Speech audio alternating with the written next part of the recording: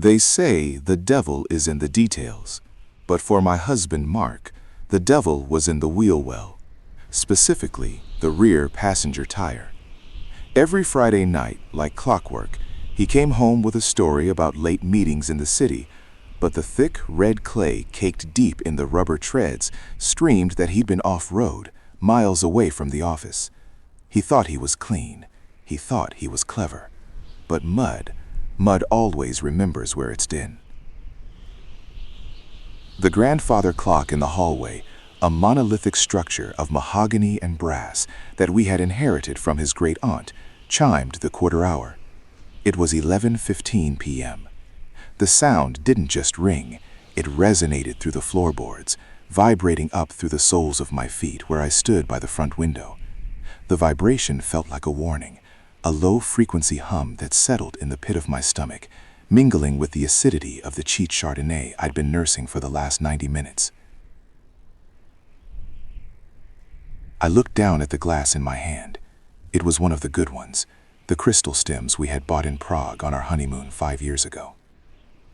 I remembered the way the light had hit the shop window that day, refracting into 1,000 tiny rainbows that danced across the cobblestone street. Mark had held my hand then. His palm had been warm, dry, reassuring. Now, looking at the condensation gathering on the outside of the bowl, weeping slow, cold tears down to the stem, I realized I couldn't remember the last time his hand had felt like that. Now, his touch was either absent or clammy with a guilt he thought he was hiding. I shifted my weight. The hardwood floor beneath my feet was cold, despite the heating being set to 72. It was a drafty house, an old Victorian we had bought as a project 3 years ago. The renovation was supposed to be our bonding experience. Instead, it had become a mausoleum of unfinished tasks. The crown molding in the dining room was still half-painted. The guest bathroom faucet still dripped, drip, drip, a rhythmic torture that I could hear even from here, echoing through the empty corridor. I peered through the sheer curtains. The fabric was a rough linen, oatmeal-colored, meant to let in light but obscure the view from the street. At night, however, they turned the window into a mirror. I saw my own reflection staring back, tired eyes framed by dark circles that concealer could no longer hide, hair pulled back in a messy bun that was more stressed housewife than chic casual, and the tight set of a jaw that had forgotten how to relax. Beyond my ghostly reflection, the street was a tunnel of darkness. The streetlights were sparse in our neighborhood, a deliberate choice by the homeowners association to maintain a rustic, private atmosphere. Tonight, that darkness felt suffocating. A light breeze moved the branches of the massive oak tree in the front yard. The skeletal limbs, stripped of their leaves by late November, scratched against the siding of the house. Scritch, scratch, like something trying to get in, or perhaps something trying to claw its way out. Then I saw it, the twin beams of headlights cutting through the gloom at the top of the hill. My heart didn't race. It didn't flutter. It seized. It was a heavy, dull thud against my ribs, followed by a slow, deliberate rhythm of dread. I watched the lights sweep across the neighbor's perfectly manicured hedge, the Hendersons, who were probably asleep in their matching pajamas, blissfully unaware of the silent drama unfolding next door. The lights grew brighter, illuminating the swirling dust motes in the air, before swinging right and washing over our driveway. The engine noise followed a moment later. It was a distinctive sound. Mark drove a silver sedan, a sensible, mid-range luxury car that whispered rather than roared. But the belt squealed slightly when the engine was cold or overworked, a high-pitched protest that he kept promising to get fixed.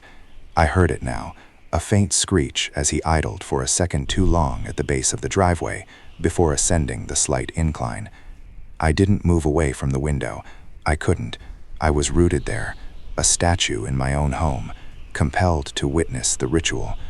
The garage door opener rumbled, a deep, mechanical grinding that shook the floor more violently than the clock. The metal tracks screamed in protest as the heavy door lifted. I imagined the gears turning, teeth interlocking, pulling him inside, swallowing him and his secrets into the belly of the house. The headlights died, plunging the driveway back into darkness. The garage door rumbled shut. Silence returned, but it was heavier now. Charged. I waited. I counted the seconds. 1, 2, 3. Usually, it took him 30 seconds to get from the car to the kitchen door. He would grab his briefcase, lock the car, and walk the 12 steps to the entrance. Tonight, 10 seconds passed, then 20, then 40. He was lingering. Why? I set the wine glass down on the small side table. The coaster was cork, stained with rings from previous nights of waiting. I moved silently, my socks sliding over the polished wood. I didn't go to the kitchen door to greet him. Not yet. Instead, I moved to the laundry room, which shared a wall with the garage. There was a small utility sink there, and above it, a window that looked directly into the garage space.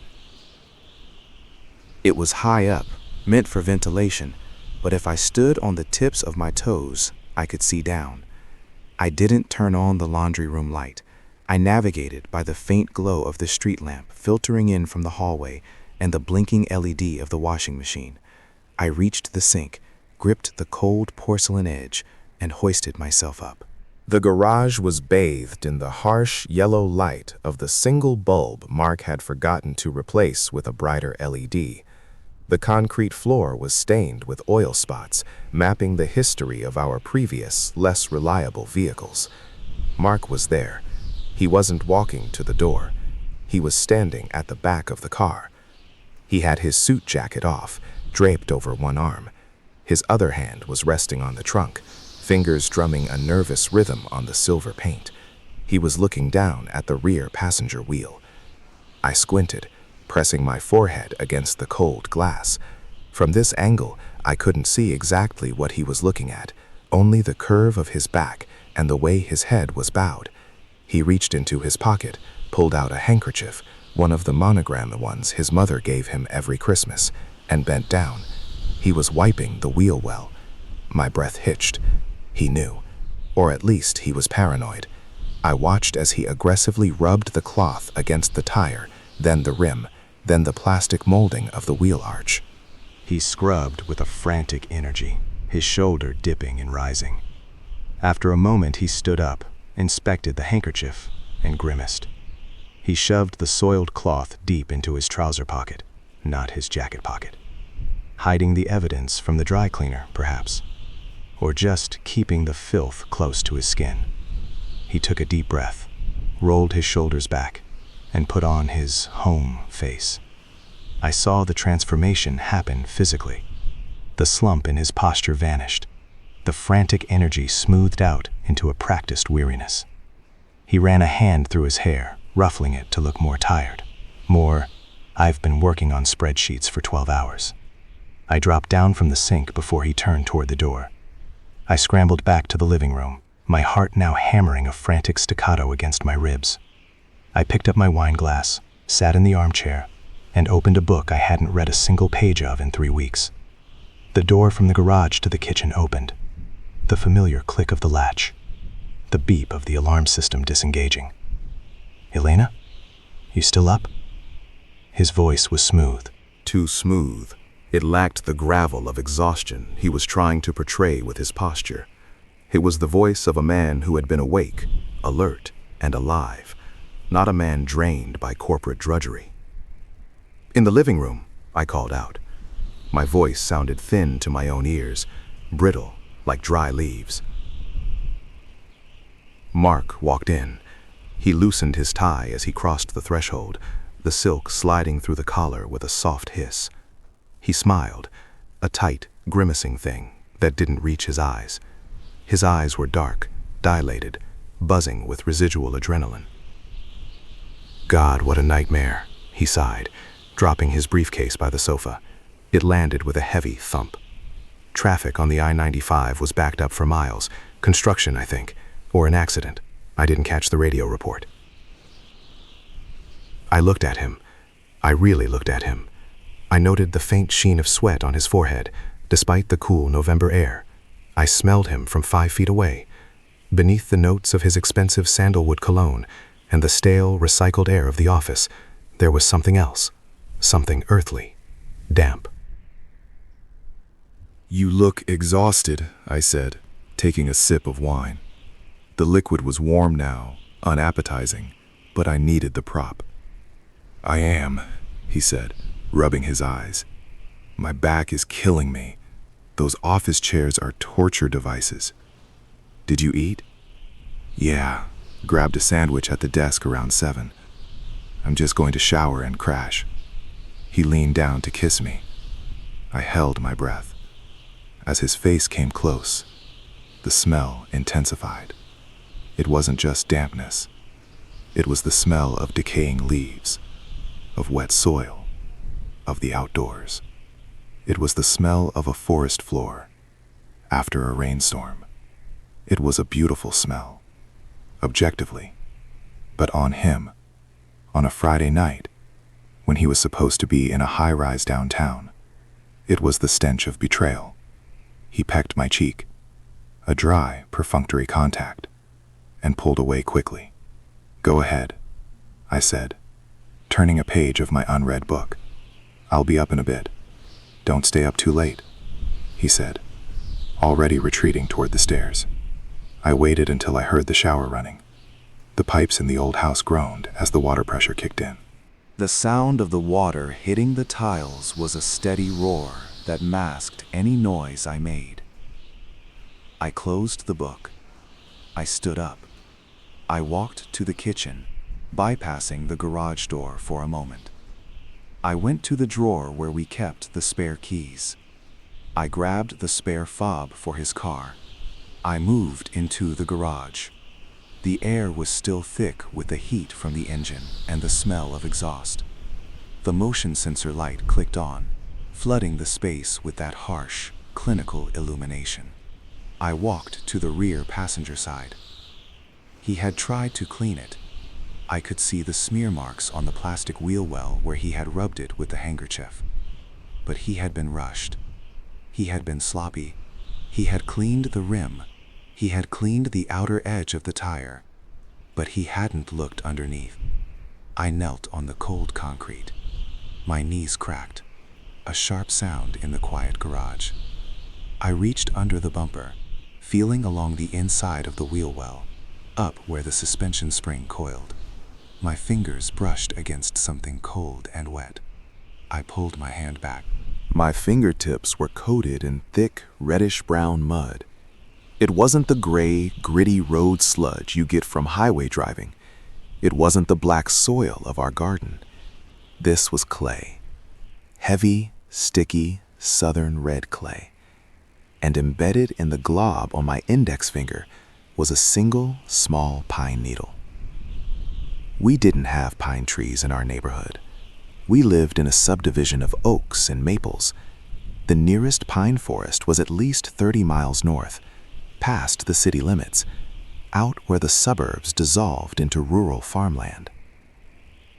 I rubbed the mud between my thumb and finger. It was gritty, real. It was physical proof that his reality did not match his words. He hadn't been in traffic on I-95. He had been off-road. I stood up, wiping my hand on a rag from the workbench. I looked at the tire again. Why only the rear right? I stared at the tread. The mud was packed deepest on the inside edge. If he was parking on a slant or backing into a spot, I closed my eyes, visualizing the geometry of it. If he backed into a space where the pavement ended and the dirt began, and he cut the wheel. The garage door opener light flickered and died, plunging me into semi-darkness. I stood there in the gloom, the smell of gasoline and lies filling my lungs. This was the 4th Friday in a row. The first time, I thought he'd hit a pothole. The second time, I thought he'd taken a detour. The third time, I started to wonder. Tonight, I knew. I wasn't going to scream. I wasn't going to storm upstairs and throw the muddy pine needle in his face. That was what the old Elena would have done. The Elena who believed in communication and therapy. This Elena, the one standing in the dark garage with cold feet and a heart turning to stone, had a different plan. I went back inside, locking the door behind me. I washed my hands in the kitchen sink, scrubbing until the skin was raw, watching the red tint swirl down the drain. I went upstairs. Mark was already in bed, lying on his side, facing away from me. He was breathing deeply, feigning sleep. I knew he was awake. The tension in his shoulders was visible even under the duvet. I slipped into bed beside him. I lay on my back, staring at the ceiling fan blade that drooped slightly. I needed to know where the mud came from. I needed to know the coordinates of his deception. The weekend passed in a blur of agonizing normalcy. Saturday morning, Mark was attentive, almost manic. He made pancakes, burned them slightly, and laughed about it too loudly. He mowed the lawn, washed the car, scrubbing that rear wheel with particular vigor. I watched from the upstairs window and suggested we go to the movies. I played the role. I smiled. I ate the burned pancakes. I held his hand in the theater, but my mind was running a parallel process, analyzing every micro-expression, every pause before he answered a question. When he went to the hardware store on Sunday to buy a new filter for the furnace, I made my move. I didn't check his phone. He was too smart for that. He changed his passcode monthly, citing corporate security policy. I didn't check his computer history. He used a VPN and incognito mode for everything, claiming privacy paranoia. I went to his closet. I dug through the hamper where he had thrown the clothes from Friday night. I found the trousers. I reached into the pocket. Empty. He had removed the handkerchief. I checked the suit jacket. Nothing. I sat on the floor of the closet, surrounded by the smell of his shoes and cedar wood. I felt a wave of despair. Was I crazy? Was it just mud? Maybe there was construction near his office. Maybe he parked on a verge. Then I saw the shoes. His dress shoes. The black Oxfords. He had polished them Saturday morning. I remembered seeing him on the back porch with the tin of wax. They looked pristine, but he had used the stiff brush. I picked up the left shoe. I turned it over. The sole was clean, the grooves cleared of debris. I picked up the right shoe, also clean. I put it down. As I did, a tiny crumble of dried earth fell from the heel block, the space between the heel and the sole, where the brush couldn't quite reach if you were rushing. I picked it up, a tiny red crumb. I went to my jewelry box and pulled out a magnifying glass, a relic from my grandmother's sewing kit. I took the crumb to the window. It was the same red clay. I spent the rest of Sunday plotting. I couldn't put a tracker on his phone. He'd noticed the battery drain or the app. I couldn't follow him in my car. He knew my blue SUV as well as he knew his own face. I needed something else. Monday came. He went to work. I called in sick. I drove to a spy shop in the city. It was a dingy place tucked between a pawn shop and a vape store. The windows were barred. The sign said Surveillance Solutions in fading vinyl letters. The man behind the counter looked exactly how you'd expect. Greasy hair, suspicious eyes, a vest with too many pockets.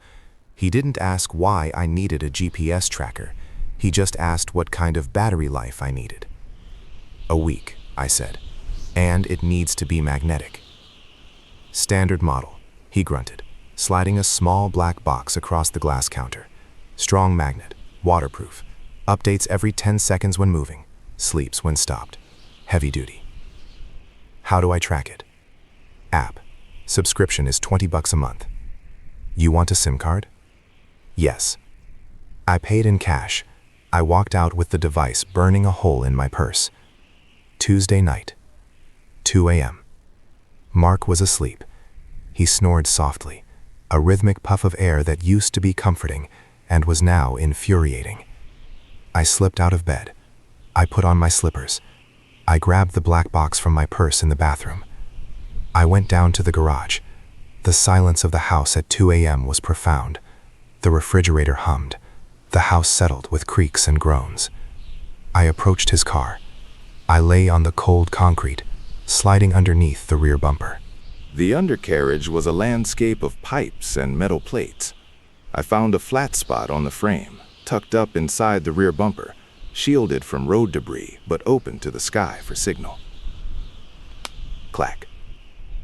The magnet took hold. It was strong. I tugged on it. It didn't budge. I slid out, dusted myself off, and went back to bed. My heart was racing so fast I thought it would wake him, but he just rolled over and mumbled something about a spreadsheet. Wednesday and Thursday were torture. I watched the dot on the app. It was boring. Home, office, sandwich shop, office, home. He was being good, or rather, he was being routine. Friday morning arrived. The sky was gray, heavy with the threat of winter rain. "Big day today?" I asked as he poured his coffee. "Yeah," he said, checking his watch. "Quarterly review prep. Might be late." "Okay," I said. "Drive safe." "Always." He kissed me. I watched him leave. I watched the silver sedan back out of the driveway. I watched the dot on my phone move down the street. I waited. At 4 p.m., the dot was still at his office building downtown. At 5 p.m., it was still there. At 5:30 p.m., the dot moved.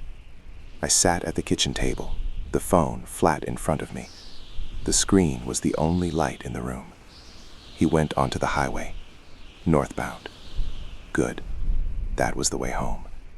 But he didn't take the exit for our suburb. He kept going. Past the mall, past the stadium. He was heading out of the city. My finger hovered over the screen. He was doing 65 miles per hour.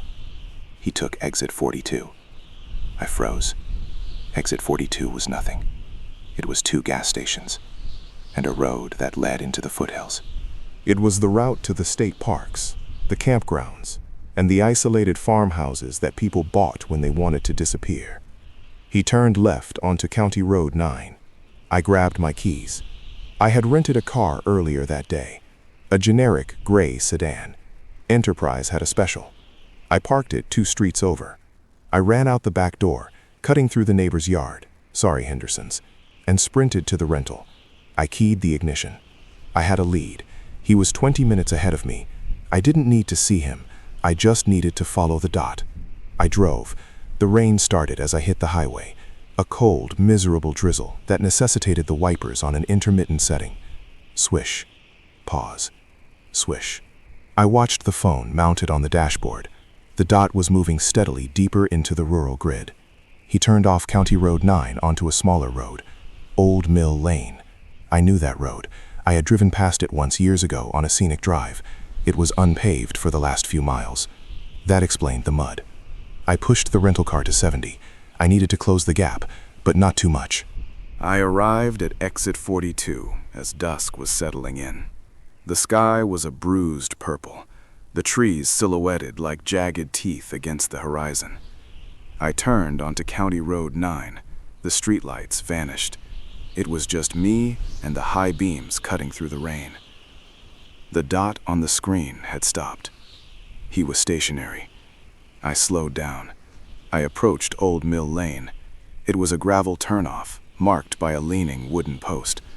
I turned in. The gravel crunched loudly under the tires. I winced. I drove for a mile, the road winding through dense woods. Then the gravel ended. Dirt. Red clay dirt. The rain was turning it into a slick slurry.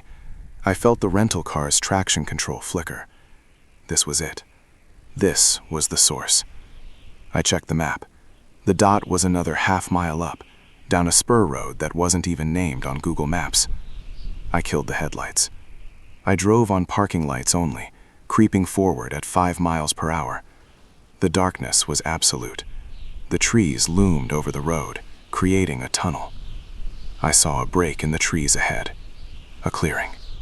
I pulled the car off the road, jamming it into a patch of brush. I killed the engine. I got out. The air was freezing. The rain was icy against my skin. I pulled my dark raincoat tighter and put up the hood. I walked the rest of the way. The mud sucked at my boots. Schluck, schluck. It was heavy, sticky. It clung to me, weighing me down, just as it had weighed down his car. I rounded a bend and saw it. A cabin. It was an A-frame, rustic but expensive looking. Large glass windows faced the back, overlooking a ravine. A chimney smoked gently. And there, parked under a lean-to shed attached to the side of the house, was the silver sedan. He had backed in. I stood behind a massive oak tree, shivering, watching. He had backed in so the rear of the car was deep in the soft earth under the eaves of the shed, while the front tires rested on the gravel patch near the door. That was why only the rear wheels got the worst of it. The physics of his betrayal were solved. Now for the who. The lights inside the cabin were warm, inviting. I could see movement. I crept closer. The rain masked the sound of my footsteps. I moved from tree to tree, a ghost in the woods. I got within 30 yards. Through the large picture window, I saw him. Mark was holding a glass of wine. He was laughing. He looked relaxed, younger. He was wearing a sweater I had never seen before, a thick, cable-knit cream thing that looked cozy. Then, she walked into the frame. I expected a young secretary. I expected a blonde with too much makeup. I didn't expect her. It was Sarah. Sarah, my best friend from college, the woman who had been the maid of honor at our wedding, the woman who lived in the city and traveled a lot for work, which is why we hadn't seen her in 6 months. Sarah, who had held my hand when I had my miscarriage 2 years ago. Sarah, who had told me, "Mark is a good man, Elena. You're lucky." The air left my lungs. It wasn't a gasp, it was a total evacuation of oxygen. My knees buckled, and I sank down into the mud. The cold wetness seeped through my jeans instantly, but I didn't feel it. I watched them. Sarah walked up to him and placed a hand on his chest. He covered her hand with his. It was an intimate gesture, practiced. They had done this 1,000 times. They clinked glasses. They sat on the rug in front of the fire. He kissed her. It wasn't a peck. It was deep, passionate. I sat in the mud, the rain plastering my hair to my face. I watched them for an hour. I watched them eat dinner. I watched them dance to music I couldn't hear. I felt a strange sensation. The anger was gone. The shock was fading. In its place was something cold, something sharp, something like a scalpel. I looked at the mud on my hands. Red, sticky, permanent. I took a picture with my phone. The zoom was grainy, but you could see them. You could see his face, you could see hers. Then I stood up. I didn't storm the cabin. I didn't break the window. I walked back to my car. The walk felt shorter this time. My legs felt stronger. I drove back to the city. I returned the rental car. I drove my SUV home. I was in bed before he got home at 11:45 p.m. I heard the garage door, the silence, the shower. He climbed into bed. "Traffic was hell," he whispered. "I bet," I said into the darkness. The next morning, Saturday, I began phase 2. I didn't confront him. I didn't leave. I started to garden. "Gardening?" Mark asked, looking up from his coffee. "In November?" "Winter bulbs," I lied effortlessly. "Tulips, daffodils. They need to go in now for the spring." I went to the garden center. I bought bags of soil. But not just any soil. I bought bags of heavy, red clay soil, the kind used for pottery, the kind used for baseball diamonds. And I bought pine needles, bags of mulch. I spent the weekend working on the flower beds near the driveway, but mostly I was working on the plan. I knew Sarah's schedule. She posted everything on Instagram, carefully curated to look like business trips. Heading to Denver, actually the cabin. London calling, actually the cabin. I knew Mark's schedule. I needed to destroy them, but not just to break up. I needed to dismantle their lives.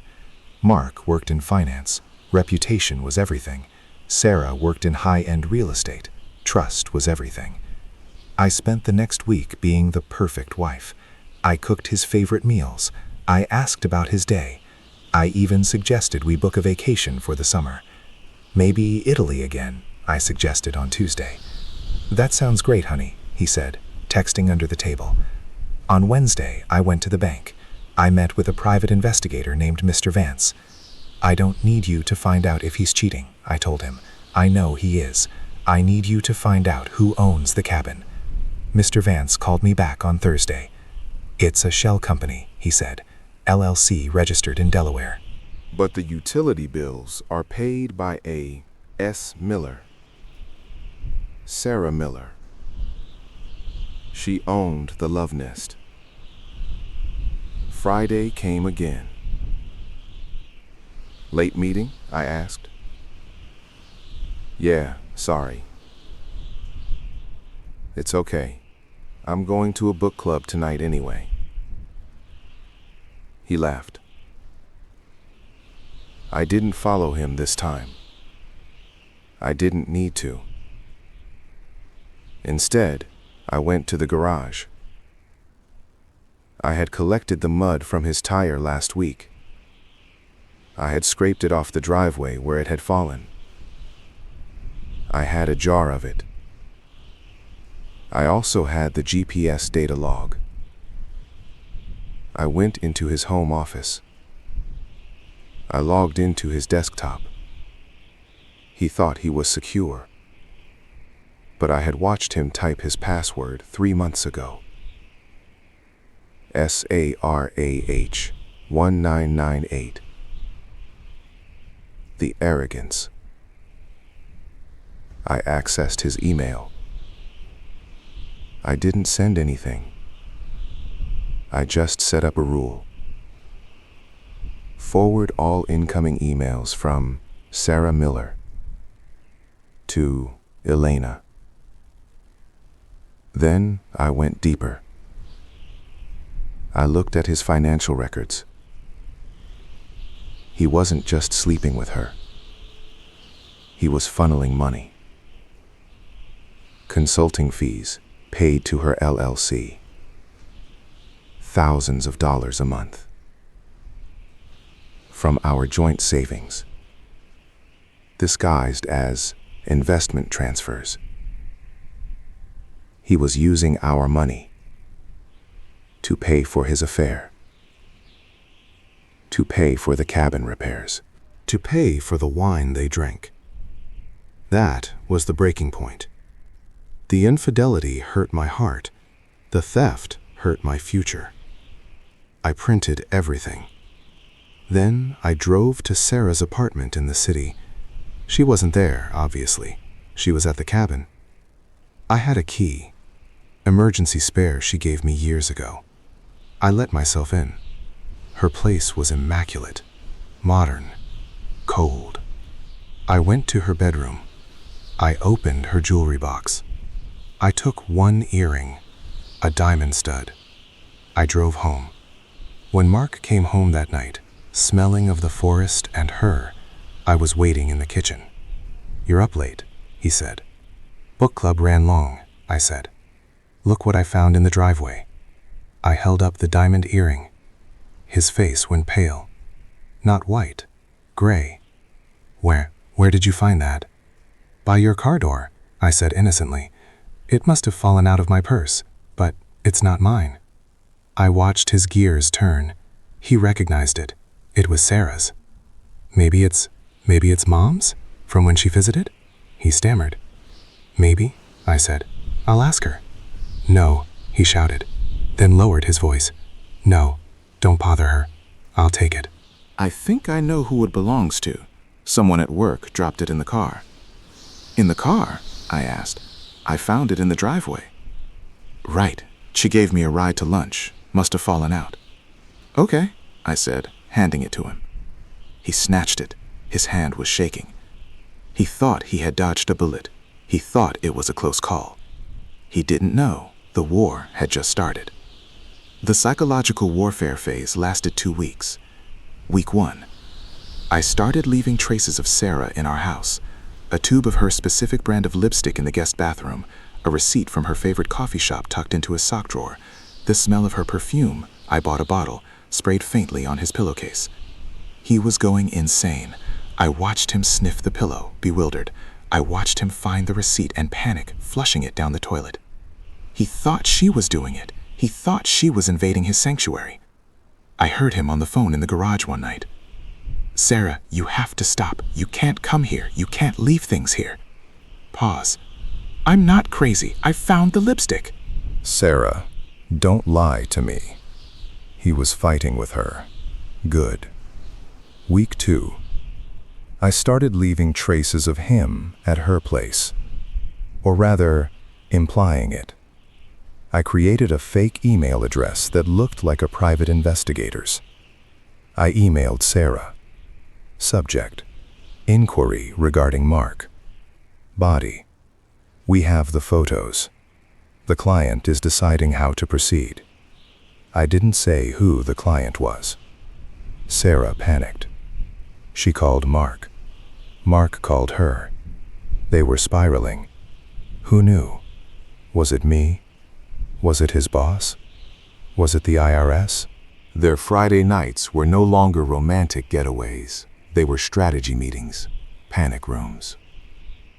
I watched the GPS tracker. They were still going to the cabin, but they were staying up later. The dot moved around the property, pacing. It was time for the finale. I chose the 3rd Friday in December. The weather forecast called for a snowstorm, a heavy one. Mark left for work. Going to be a late one, end of year crunch. Okay, I said. Be careful. Snow is coming. I have snow tires, he said. He didn't. He had all seasons. And he had that mud-caked rear wheel that unbalanced the axle slightly at high speeds. He left. I waited 1 hour. Then I called a tow truck company. My husband is stuck, I said.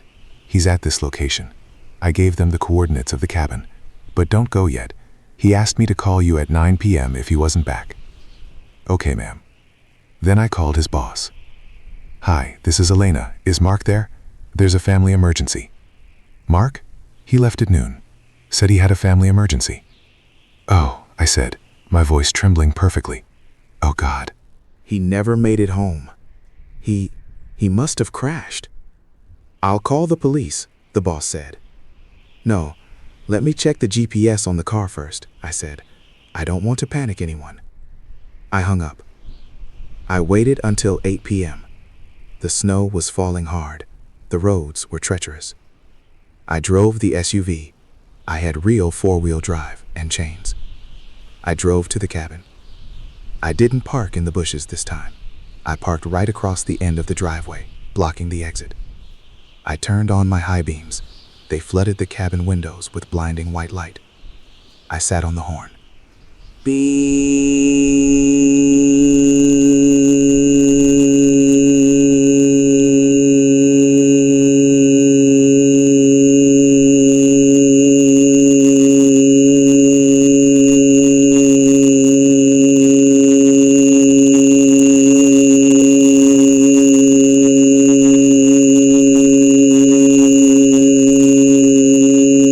Like a siren. The front door of the cabin flew open. Mark ran out, shirtless, terrified. Sarah was behind him, wrapped in a blanket. They looked into the blinding lights. They couldn't see me. They just saw a vehicle blocking their escape. I rolled down the window. The cold air rushed in.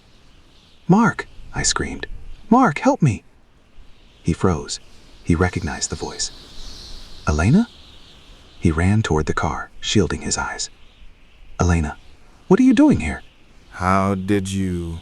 I followed the ambulance, I yelled nonsensically. They said you were hurt. What? No, I'm... He stopped. He realized he was standing in the snow, half naked, with his mistress, in front of his wife. I stepped out of the car. I was wearing my best coat. I looked calm. Hello, Sarah, I said. Sarah shrank back against the doorframe. Elena, Mark started. Save it, I said. The boss knows you left at noon. He thinks you're dead in a ditch. The police are probably looking for your car on the highway right now. You told them? I told them you were missing. Because you are. I walked over to his car, the silver sedan. Look at this, I said, pointing to the rear wheel. What? The mud, I said. Every Friday. Did you think I was bland? Did you think I couldn't smell the pine needles on you? He looked at the tire. He looked at me. Elena, please, let's go inside. Let's talk. It's freezing. No, I said. I'm not going into her house, and you're not coming back to mine. I pulled a manila envelope from my coat. These are the divorce papers, I said. I had them drawn up 2 weeks ago. And these, I pulled out a second stack, are the printouts of the unauthorized transfers from our joint account to Sarah's LLC. That's embezzlement, Mark, and tax fraud. Sarah gasped. You can't prove that. I already sent copies to the IRS. I lied. I hadn't yet, but I would on Monday. Elena, don't do this, Mark pleaded. He was shivering violently now. We can fix this. There is no we, I said. There is only me, and the house, which I'm keeping, and the dog, if we had one. I looked at Sarah. You can have him, I said. He snores. He leaves wet towels on the floor, and he's terrible with money. I turned back to my SUV. Wait, Mark yelled. How am I supposed to get home? The road is blocked with snow. My car can't make it up the incline in this. It was true. The driveway to the cabin was steep. In the snow, his front-wheel drive sedan with all-season dryers would never make it up to the main road. He was trapped in the valley. You have a warm fire, I said.